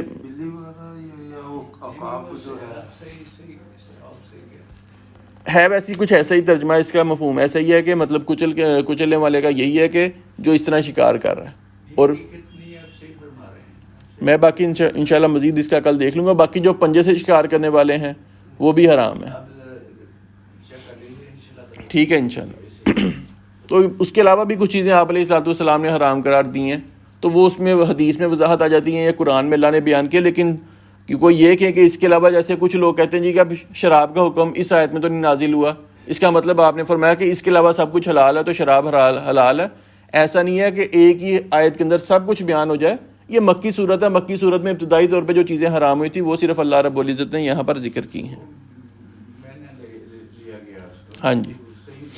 ہمدان صاحب، جو غلطی سے کسی نے شرارتاً حرام کھلا دیا نہیں، وہ انشاءاللہ آپ مطلب اس میں آپ کی تما شامل نہیں ہے، آپ کو پتہ نہیں ہے کہ یہ حرام ہے، نہ ہی آپ مطلب پہلے کبھی کھاتے ہیں، تو غلطی سے تو اللہ رب العزت نے معاف ہے. امت کے اوپر جو غلطی سے کام ہو جائے وہ معاف ہے انشاءاللہ. آپ پھر بھی اپنی طور پہ دل کی صفائی کے لیے اگر آپ چاہیں تھوڑا بہت صدقہ کرنا چاہیں کر دیں. نہیں بھی کریں گے، آپ نے وہ جان بوجھ کے نہیں کھایا تو انشاءاللہ اس کا گناہ نہیں ہوگا آپ کو. کوئی چیز اگر بیچ دے، مطلب جس طرح صرف بیچ دیتے یار بھی شیل کی ہے آپ بہتر وعلی الذین ہادوا، اور ان لوگوں پر جو یہودی بن گئے، حرمنا، ہم نے حرام کر دیا، کل ذی ظفر، ہر ناخن والا جانور، ومن البقر ومن الغنم حرمنا علیہم شحومہما، اور گایوں اور بھیڑ بکریوں میں سے ہم نے ان پر دونوں کی چربیاں حرام کر دی. الا ما حملت ظہورہما، سوائے اس کے جو ان کی پشتیں، او الحوایا، یا انتڑیاں اٹھائے ہوئے ہیں، او مختلط بعظم، یا جو کسی ہڈی کے ساتھ ملی ہو. ذالک جزیناہم ببغیہم، یہ ہم نے ان کو سرکشی کی سزا دی ہے. وَإِنَّا لَصَادِقُونَ اور بلا شبہ یقیناً ہم ہی سچے ہیں. یعنی اللہ رب العزت نے بیان کیا کہ یہودیوں پر اللہ رب العزت نے یہ چیزیں حرام کی ہیں. اور ناخن سے مراد وہ جانور ہے کہ جن کی انگلیاں آگے نکلی نہیں ہوتی. جیسے بطخ ہے، بطخ کی آگے انگلیاں نہیں نکلی ہوتی، جو مرغی ہے اس کی انگلیاں نکلی ہوتی ہیں. تو یہاں سے ناخن سے مراد وہ جانور کہ جس کی باقاعدہ ایسے آگے ہاتھ کی انگلیاں نہیں نکلی ہوتی، وہ جانور اللہ نے ان کے اوپر حرام کیا تھا. تو مرغی کا انگلی نکلی نہیں؟ مرغی کی نکلی ہوتی، بطخ کی نہیں نکلی ہوتی. تو وہ خراب ہے؟ ہمارے اوپر نہیں، یہودیوں کے اوپر. اچھا. ہاں جی، وہ یہودیوں کے اوپر. مطلب اللہ نے بیان کیا کہ یہودیوں پر اللہ نے یہ چیزیں حرام کی تھی، اور وہ ان کا نظریہ یہ تھا کہ یہ اوپر چیزیں جو ہمارے اوپر حرام ہیں یہ یعقوب علیہ السلام کے ذریعے سے حرام ہوئی ہیں. یعنی یعقوب علیہ السلام کا معاملہ یہ تھا کہ ان کو کوئی بیماری تھی، اس لیے انہوں نے اپنے اوپر اون کا گوشت حرام کر لیا تھا. مطلب انہوں نے اپنی بیماری کی وجہ سے حرام کیا تھا. یہودی کہتے ہیں کہ ہمارے اوپر اون کا گوشت یا اس طرح کی چیزیں حرام ہیں، کھانا ہی حرام ہے کیونکہ یعقوب علیہ السلام نے حرام کی تھی. انہوں نے صرف اپنی ذات کے لیے کی تھی، بیماری کی وجہ سے. تو اور یہ جو چیزیں حرام ہیں یہ بھی وہ سمجھتے تھے کہ ہمارا جو معاملہ یعقوب علیہ السلام کے ذریعے حرام ہوئی ہیں، لیکن یہ چیزیں اللہ نے بیان کیا، آیت کے آخر میں بیان کیا کہ یہ اللہ نے ان کے بغاوت کی وجہ سے حرام کی ہیں. یعنی ان کے گناہوں کی وجہ سے اللہ نے حلال کردہ چیزیں بھی ان کے اوپر حرام کر دی. وہ جانور کہ جس کے آگے مطلب ناخن والا جانور جیسے جس کے ہاتھ نکلے ہوتے اللہ نے وہ بھی ان کے اوپر حرام کر دیا. اور بکریوں کے، بھیڑ بکریوں کے اور گائے وغیرہ کے اللہ رب العزت نے ان پہ چربی حرام کر دی. اور سوائے اس چربی کے جو دم والی ہے، یعنی دم اس کے اوپر حلال ہے، جیسے چکی دمبا ہے یا باقی جو گائے وغیرہ کی دم ہے وہ ان کے اوپر حلال تھی. یا اللہ رب العزت نے فرمایا کہ جو انتڑیوں کے ساتھ تھوڑی بہت چربی لگی ہو، مطلب وہ مشقت کا باعث ہے، وہ اللہ نے ان کے اوپر حلال کر دی. یا کسی گوشت کے ساتھ چربی لگی رہ جائے تو وہ حلال ہے، عام چربی ان کے لیے اللہ نے حرام کر دی تھی. اور یہ اللہ رب العزت نے فرمایا کہ یہ جو کام کیا یہ یعقوب علیہ السلام کی نے جو اپنے جو اوپر چیزیں حرام کی تھی اس وجہ سے نہیں کیا، بلکہ یہ ان کے گناہوں کی وجہ سے کیا ہے. یعنی انسان گناہ کرتا چلا جائے تو اللہ رب العزت اسے رزق چھین لیتا ہے. یہ اس کی ایک زندہ مثال ہے کہ انہوں نے گناہ کیے، اللہ نے حلال کردہ چیزیں بھی ان سے کھینچ لی. اور اللہ نے فرمایا بلا شبہ ہم ہی سچے ہیں جو یہ عقیدہ بنائے بیٹھے ہیں کہ یعقوب علیہ السلام کے ذریعے یہ چیزیں حرام ہوئی ہیں. اس کی کوئی حقیقت نہیں ہے، یہ اللہ نے ان کے گناہوں کی وجہ سے حرام کی ہیں. فَإِن كَذَّبُوكَ پھر اگر وہ آپ کو جھٹلائیں، فَقُلْ تو آپ کہہ دیجئے رَبُّكُمْ ذُو رَحْمَةٍ وَاسِعَةٍ تمہارا رب وسیع رحمت والا، وَلَا يُرَدُّ بَأْسُهُ عَنِ الْقَوْمِ الْمُجْرِمِينَ اور اس کا عذاب مجرم لوگوں سے ہٹایا نہیں جاتا. یعنی اگر انسان مطلب انفرادی طور پر ہم گناہ کریں تو اس کی پکڑ بھی ہمیں انفرادی طور پر ہوگی. یعنی اگر میں نے نماز نہیں پڑھی اس کی پکڑ آپ کو نہیں ہوگی، مجھے پکڑ ہوگی. آپ نے کوئی غلط کام کیا اس کی پکڑ آپ کو ہوگی. لیکن اگر معاشرتی طور پر یعنی معاشرے میں ہی ہم اجتماعی گناہ کرنا شروع کر دیں، جیسے آج کل ابھی تقریباً ہم اس فیلڈ میں چلے گئے کہ اب ہمارے ہاں اجتماعی گناہوں کا تصور پیدا، اب اس کو آپ نائٹ کلب سمجھ لیں. نائٹ کلب میں اجتماعی گناہ ایک قسم کا ہو رہا ہے. یہ نہیں ہے کہ اس میں کوئی انسان کوئی گناہ کر رہا ہے، کوئی نیکی کا کام کر رہا ہے، وہ ایک جگہ ہی گناہ کرنے کی بنی ہوئی ہے. تو اگر اللہ رب العزت نے بیان کیا کہ اگر انسان معاشرتی طور پر گناہ کرنے لگ جائے اجتماعی طور پر، پھر اللہ رب العزت اس سے خیر کو کھینچ لیتے ہیں، اور پھر اللہ رب العزت کا جو عذاب ہے وہ بھی پھر اجتماعی طور پر نازل ہوتا ہے. پوری قوم پر اللہ کا عذاب آتا ہے. اس لیے آپ نے فرمایا تھا، حدیث ہے کہ تم ضرور بر ضرور نیکی کا حکم دو، لوگوں کو برائی سے روکو. اگر تم نے یہ کام نہ کیا، یعنی جیسے میں سوچ لوں کہ یار آپ نماز نہیں پڑھے، نہ پڑھے، میں تو نماز پڑھ رہا ہوں نا، جو ہم نے آج سوچ لیا کہ ہر ایک نے اپنے قبر میں جانا، آپ کسی کو تبلیغ نہ کریں. آپ نے فرمایا کہ ضرور بر ضرور لوگوں کو نیکی کا حکم دو، برائی سے روکو، وغیرہ اللہ کا تم پر ایسا عذاب آئے گا کہ تم دعائیں کرو گے اللہ دعا قبول نہیں کرے گا. یعنی دعاؤں کی قبولیت قبول نہ ہونے کی وجہ کہ انسان نے نیکی کا حکم دینا چھوڑ دیا، برائی سے روکنا چھوڑ دیا. اور اگر انسان یہ کام نہیں کرتا پھر اللہ رب العزت نیک لوگوں کے ساتھ ساتھ برے لوگوں کے ساتھ ساتھ نیک لوگوں کو بھی عذاب میں مبتلا کرتے ہیں. وجہ یہ ہے کہ انہوں نے لوگوں کو گناہوں سے روکا نہیں تھا. اس کی مثال ہم پہلے بھی پڑھ چکے ہیں، وہ ہفتے والے دن کا واقعہ کہ اللہ نے ہفتے والے دن مچھلیاں پکڑنے سے ان کو منع کیا تھا. 3 قسم کا گروہ تھے. ایک جو بذات خود مچھلیاں پکڑتے تھے، ایک گروہ وہ تھا جو خود مچھلیاں نہیں پکڑتے تھے لیکن دوسروں کو منع بھی نہیں کرتے تھے. تیسرا گروہ وہ تھا جو خود بھی نہیں پکڑتے تھے، لوگوں کو منع بھی کرتے تھے کہ آپ نے یہ کام نہیں کرنا، اللہ نے منع کرنے کا حکم دیا. پہلا گروہ جنہوں نے بذات خود مچھلیاں پکڑی، اللہ نے ان کے اوپر بھی عذاب کو مسلط کیا. جو دوسرا گروہ جنہوں نے خود نہیں پکڑا لیکن صرف لوگوں کو منع نہیں کیا، اللہ نے ان کو بھی بندر بنا دیا.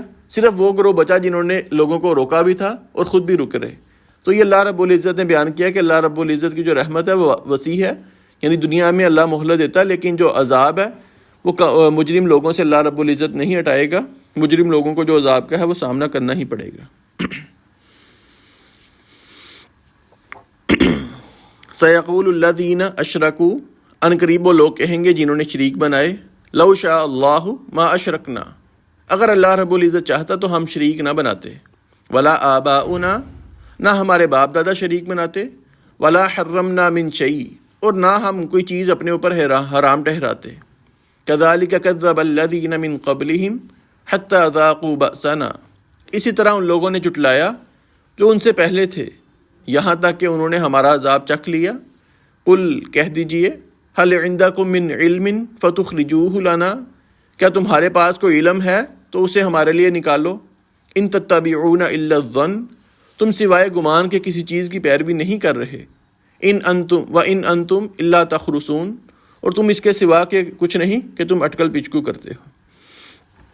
آج بھی انسان کا یہی رویہ کہ مشرکین مکہ فرمایا کہ انقریب کہیں گے، یعنی روز قیامت کہیں گے کہ اگر اللہ رب العزت چاہتا تو ہم شریک نہ بناتے. یعنی اللہ رب العزت کے اختیار میں تھا ہر انسان کا معاملہ. اگر اللہ چاہتا تو اللہ ہم سے گناہ نہ کرواتا. اللہ نے چاہا تو ہم نے شریک بنایا. اگر اللہ چاہتا تو ہم شریک ہی نہ بناتے. اللہ چاہتا ہم گناہ نہ کرتے. اللہ چاہتا تو ہم کوئی چیز کو اپنے اوپر حرام نہ ٹھہراتے. یعنی وہ اپنے اوپر گناہ کا ملبہ نہیں لیں گے، ملبہ کسی اور پہ ڈالنے کی کوشش کریں گے کہ اللہ کی چاہت اس میں تھی. اس کو ہم اپنی مثال سے لے لیں کہ آج بھی اگر ہم دو دوست مل کے کوئی گناہ کریں گے، جب پکڑے جائیں گے ایک دوست دوسرے کے اوپر ملبہ ڈالے گا، دوسرا پہلے کے اوپر، اپنے اوپر ہم ملبہ نہیں آنے دیں گے. حتیٰ کہ چھوٹے بچے بھی اگر آپس میں لڑ پڑیں، وہ جا کے اب شکایت لگائیں گے، وہ اپنے اوپر ملبہ نہیں آنے دیں گے، کہیں گے دوسرے نے کام کیا، میں نے نہیں کیا. تو یہ انسان کی فطرت میں ہے کہ انسان گناہ کرے، کوئی غلط کام کرے تو اس کو اپنی طرف منسوب نہیں کرتا، دوسرے کی طرف منسوب کرتا ہے. اور کوئی اچھا کام کرے اس کو اپنی طرف منسوب کرتا ہے، چاہے کرنے والے 5 بندے ہوں، کہ وہ 5 کہیں گے میں نے یہ کام کیا ہے. نیکی کی نسبت اپنی طرف کرتے ہیں، گناہ کی نسبت ہم دوسرے کی طرف کرتے ہیں. تو یہ مشرکین مکہ نے بھی یہی کیا. آج کا انسان بھی یہی کرتا ہے کہ اگر یہی کہتا ہے کہ اگر اللہ چاہتا تو یار میں سودی کاروبار نہ کرتا. اگر ہم کسی کو کہہ دیں کہ آپ یہ کام نہ کرو، کہتا جی اللہ نے چاہا تو میں نے کیا نا، اگر اللہ چاہتا تو مجھے روک لیتا. تو یہ معاملہ نہیں ہے. اللہ نے تو انسان کو مہلت دی ہے، اختیار دیا ہے، کرے نہ کرے انسان کے اختیار میں ہے. دنیا میں اللہ رب العزت کسی کو نہیں پوچھتے. اللہ رب العزت جو انتقام لیتے ہیں، بدلہ دیتے ہیں، وہ آخرت میں ہوتا ہے. تو میں پچھلے لوگوں نے بھی یہی کہا تھا کہ اگر اللہ چاہتا ہم شریک نہ بناتے، لیکن یہاں تک کہ جب ان کو عذاب پہنچا پھر ان کو پتہ لگا کہ ہماری ہی غلطی ہے، اس میں اللہ کی کوئی غلطی نہیں ہے. تو بیان کیا کہ تمہارے پاس اگر کوئی علمی دلیل ہے، یعنی تم کہتے ہو کہ اگر اللہ چاہتا تو ہم گناہ نہ کرتے، تو تمہارے پاس اس کی کوئی دلیل ہے تو دلیل پیش کرو. اگر دلیل نہیں ہے تو فرمایا تم صرف گمان کی پیروی کرتے ہو، یعنی جو تمہارے دل میں خیال آتا ہے تم اس کی پیروی کرنے لگتے ہو. تمہارے پاس کوئی پختہ دلیل نہیں ہے کہ جس کی بنا پر تم یہ بات کر رہے ہو. اور اس کی یہ بھی بات ہے کہ اگر دنیا میں ہم کوئی گناہ کرے تو ہم کہتے ہیں جی کہ مطلب جس طرح مشرکین نے کہا کہ اگر اللہ چاہتا تو یہ ہو گیا، یعنی اللہ کی مرضی تھی تو یہ ہوا. پھر جب میرے اوپر کوئی مصیبت آتی ہے، میرا کوئی نقصان ہوتا ہے، پھر میں یہ خیال نہیں کرتا کہ اللہ کی مرضی تھی شاید یہ ہوا. اس وقت ہم کہتے ہیں کہ یار یہ فلانے نے کیا، فلاں نے کیا، فلاں کی غلطی تھی تو یہ ہو گیا.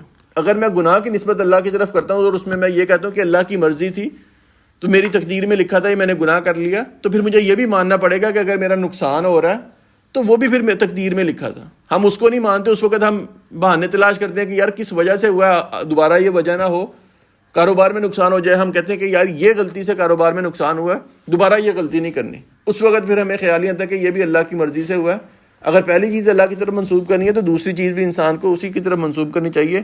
لیکن ہم الٹ کام لیتے ہیں. جو ہماری تقدیر میں لکھا ہوا ہے، کوئی نقصان پہنچ رہا ہے، کوئی فائدہ پہنچ رہا ہے، اس کو ہم اللہ کی طرف منسوب نہیں کرتے. اس میں ہم مطلب اپنی طرف سے خیالات ایڈ کرنا شروع کر دیتے ہیں. اور جو چیز ہمارے اختیار میں ہے، گناہ کرنا یا نیکی کرنا، ہم اس کو اللہ کی طرف منسوب کرتے ہیں. یہ اس میں ہماری غلطی ہے. اللہ کا اس میں کوئی نعوذ باللہ کوئی قصور نہیں ہے. قل، کہہ دیجئے، فَلِلَّهِ الْحُجَّةُ الْبَالِغَةُ، پھر اللہ رب العزت کے پاس ہی کامل دلیل ہے. فَلَوْ شَاءَ، پس اگر وہ چاہتا، لَهَدَاكُمْ أَجْمَعِينَ، تو تمہیں سب کے سب کو ہدایت ضرور دے دیتا. یعنی پختہ دلیل سے مراد اللہ ہی کی دلیل اصل دلیل ہے. تمہارے پاس جیسے اینڈ میں بیان کیا کہ پچھلی آیت میں کہ اگر تمہارے پاس کوئی علمی دلیل ہے تم پیش کرو. وہ پیش نہ کر سکے تو فرمایا کہ اللہ کے پاس ہی ایسی پختہ دلیل ہے جس کا کوئی جواب دینے والا نہیں ہے، اور انسان کے پاس شرک کرنے کی کوئی دلیل موجود نہیں ہے، اللہ کی نافرمانی کرنے کی کوئی دلیل موجود نہیں ہے۔ لیکن وہی بیان کیا کہ اگر اللہ چاہتا تو سب کو ہدایت دے دیتا، لیکن یہ اللہ کی منشا کے خلاف، اللہ کی چاہت کے خلاف ہے کہ اللہ سب کو ہدایت دے، کیونکہ انسان کے اختیار میں ہے، اور انسان کا اسی چیز کا امتحان ہے کہ انسان اچھا اپنے لیے انتخاب کرتا ہے یا برا انتخاب کرتا ہے، ہدایت کے راستے پہ چلتا ہے یا گمراہی کے راستے پہ چلتا ہے۔ قل کہہ دیجئے، ہلما لاؤ اپنے وہ گواہ، ہلما شہداءکم لاؤ اپنے وہ گواہ، الذین یشہدون جو اس چیز کی گواہی دیتے ہیں، ان اللہ حرم ھذا کہ اللہ رب العزت نے یہ چیز ہمارے اوپر حرام کی ہے، فإن شہدوا فلا تشہد معہم پھر اگر وہ گواہی دے بھی دیں تو آپ ان کی شہادت مت دیں، یعنی آپ ان کے ساتھ شریک نہ ہوں، ولا یتبع اہواء الذین کذبوا بآیاتنا اور آپ ان لوگوں کی خواہشوں کے پیچھے مت چلیں جنہوں نے ہماری آیات کو جھٹلایا، والذین لا یؤمنون بالآخرہ وہم بربہم یعدلون اور جو لوگ آخرت پر ایمان نہیں رکھتے اور وہ اپنے رب کے ساتھ برابر ٹھہراتے ہیں۔ یعنی اللہ رب العزت نے جیسے پچھلی آیات میں بیان کیا کہ تمہارے پاس اگر کوئی دلیل ہے تو دلیل لے آؤ، دلیل تو ان کے پاس کوئی نہیں ہے۔ پہلی بات تو یہ کہ کوئی اس چیز کا گواہ لا ہی نہیں سکتے تھے، پھر بھی اللہ نے بیان کیا کہ اگر وہ جھوٹے گواہ لے کر بھی آتے ہیں، یعنی چار اپنے پیر فقیر کو لے آتے ہیں اور آ کر کہتے ہیں کہ یہ اللہ نے ہمارے اوپر دلیل نازل کیا، تو فرمایا کہ تم ان کی جھوٹی باتوں پہ یقین نہیں کرنا اور نہ تم نے ان کی گواہی دینی ہے۔ یعنی پورا معاشرہ بھی اگر ایک طرف ہو جائے، جھوٹ کے ساتھ مل جائے، آپ نے ان کا ساتھ نہیں دینا۔ اکثریت، جیسے پہلے ہی بات ہو چکی، اکثریت کا اللہ کے ہاں کوئی معیار نہیں ہے۔ انسان چاہے اکیلا ہی کیوں نہ ہو، حق پر ہو، اللہ کو وہ چیز پسند ہے۔ جیسے ابراہیم علیہ السلام تھے، اکیلے تھے، پورا معاشرہ ایک طرف تھا، لیکن اللہ کو وہ چیز پسند جو ہے وہ اکیلا انسان اختیار کرنے والا ہو۔ تو فرمایا کہ اگر وہ اکثریت گواہی بھی دے دیں تو آپ نے ان کی گواہی میں شریک نہیں ہونا اور ان کی بات نہیں ماننی، نہ ان لوگوں کی پیروی کرنی ہے جو نہ آخرت پر یقین رکھتے ہیں اور نہ ہی اللہ اپنے رب کے ساتھ ملاقات کا یہ یقین رکھتے ہیں اور وہ اپنے رب کے ساتھ برابر ٹھہراتے ہیں۔ کیونکہ انسان یہ دیکھے کہ دنیا میں تو انسان کو شاید جھوٹ بول کے فائدہ مل جائے۔ مثال کے طور پر آپ کاروبار کر رہے ہیں یا آپ ملازمت کر رہے ہیں، آپ 2-4 دن کسی وجہ سے آپ نہیں جا سکے اپنی جاب پہ، تو وہاں اگلے دن جب آپ کا باس آپ سے پوچھتا ہے کیا وجہ تھی، آپ اس کو جھوٹ بول دیتے ہیں۔ پتہ ہے کہ اگر میں نے سچ بتایا مطلب کوتاہی تھی، دل نہیں کر رہا تھا آنے پہ، آپ یہ کہتے ہیں کہ میں نے یہ اس لیے کیا، تو وہ آپ کو کام سے نکال دے۔ مثال کے طور پر آپ کو ڈر ہے کہ وہ نکال دے گا کام سے، آپ اس کو جھوٹ بول لیں کہ جی وہ فلاں میرا رشتہ دار فوت ہو گیا، فلاں فوت ہو گیا۔ دنیا میں آپ بچ سکتے ہیں، مطلب آپ نے جھوٹ بولا کہ فوتگی کا اس نے آپ کو رکھ لیا، چلو ٹھیک ہے ادھر تھا، آپ کو اس نے کام سے نہیں نکالا، چلو آپ کو دنیا میں فائدہ مل گیا کہ آپ کو آپ کی نوکری نہیں گئی۔ نہ یہ کہ آپ کو والدین سے مار پڑنی تھی تو آپ نے کوئی جھوٹ بول دیا، آپ کو آگے سزا سے بچ جائیں گے۔ لیکن فرمایا کہ ھذا ینفع قیامت کا دن وہ ہے کہ جس دن صرف سچ بولنے والوں کو فائدہ ملے گا۔ یعنی دنیا میں اگر آپ نے سچ بول کر مطلب آپ کو نقصان بھی ہو گیا ظاہری طور پر، مثال ہے آپ نے سچ بولا ہے آپ کو مار پڑ گئی ہے، آپ نے سچ بولا ہے آپ کا جاب چلی گئی ہے، دنیا کا نقصان برداشت کر لیں، لیکن فرمایا آخرت کا دن جو ہے، آخرت والے دن صرف سچ بولنے والوں کو فائدہ ہوگا، اس دن جھوٹ بولنے والوں کو فائدہ نہیں ہوگا۔ اس لیے یہاں پر اللہ نے بیان کیا کہ اگر وہ جھوٹے لوگ گواہی دے بھی دیں تو آپ نے ان کی گواہی میں شریک نہیں ہونا، کیونکہ دنیا کے فائدے کے لیے انسان آخرت کا فائدہ نہ چھوڑے، بلکہ آخرت کے فائدے کو سامنے رکھتے ہوئے انسان دنیا کا فائدہ چھوڑنا پڑے تو انسان چھوڑ دے۔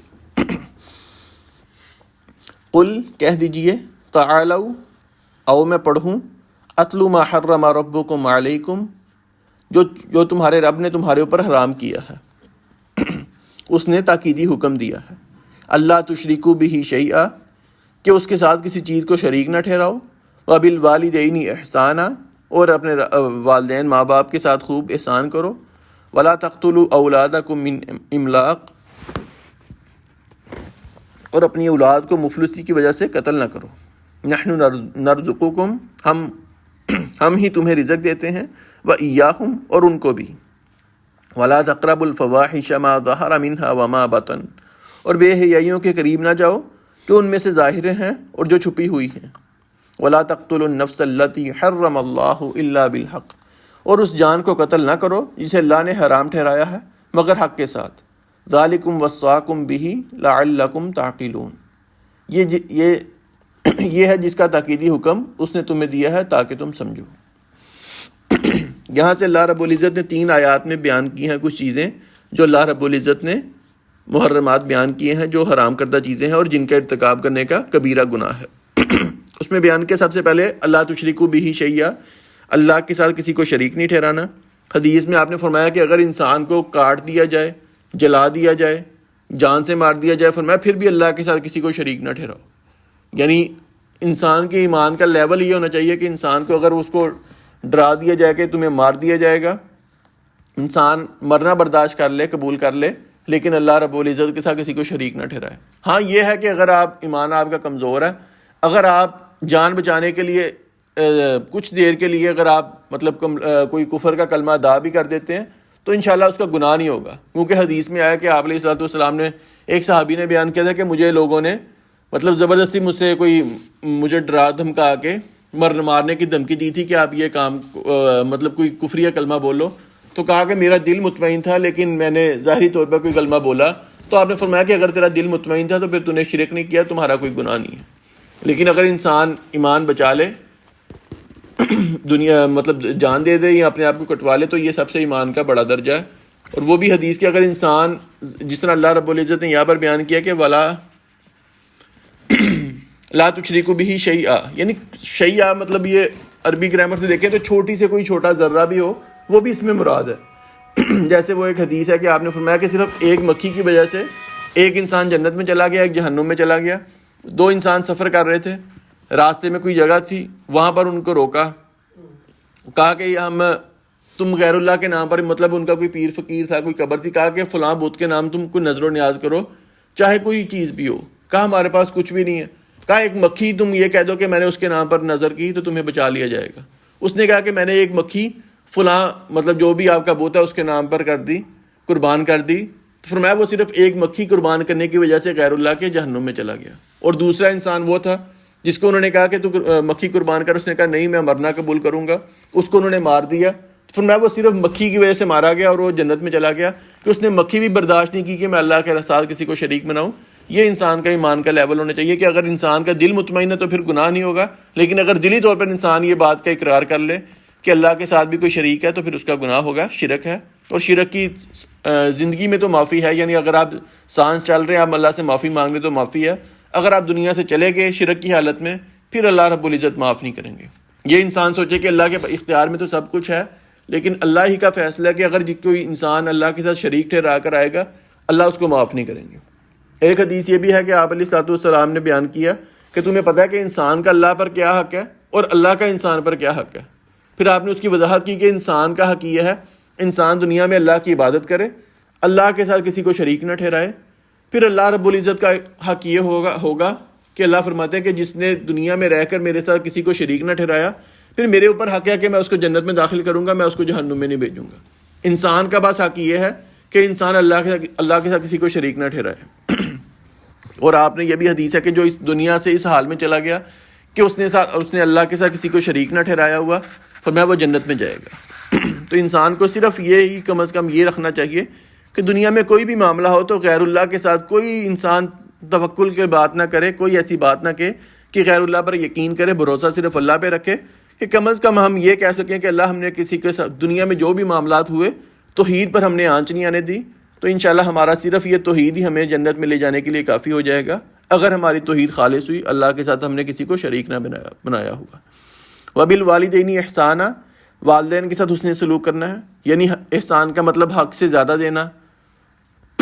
آپ ان کے ساتھ اس انداز سے حسن سلوک کریں کہ ہر وہ کام کریں جو ان کی خوشی کا باعث بنتا ہے، حسن سلوک کریں۔ اور دوسری آیت میں فرمایا کہ والدین کو آپ نے اف تک نہیں کہنا۔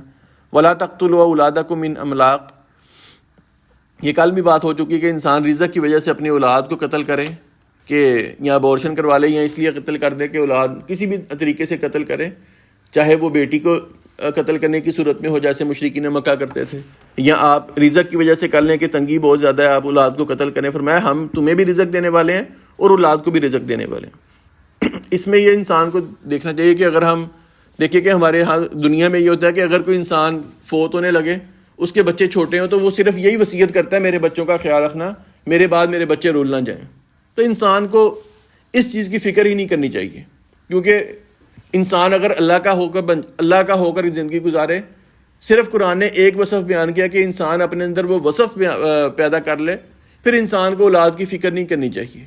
وہ وصف سورۃ کہف کے اندر اللہ نے بیان کیا، وَكَانَ أَبُوهُمَا صَالِحًا، ایک دو بچے تھے، یتیم تھے، صرف بیان کیا کہ ان کا باپ نیک تھا، نیک باپ تھا۔ اللہ نے کیا کیا کہ ان کی پرورش اس انداز سے کی، ان کی حفاظت اس انداز سے کی، بیان کیا کہ ایک زمین ایسی تھی، ایک خزانہ ایسا تھا کہ جس کے اوپر دیوار تھی، وہ دیوار کمزور ہو گئی تھی، اگر وہ دیوار گر جاتی تو وہ خزانہ لوگ نکال لیتے۔ بچے چھوٹے تھے، باپ فوت ہو چکا تھا، لیکن باپ نیک تھا۔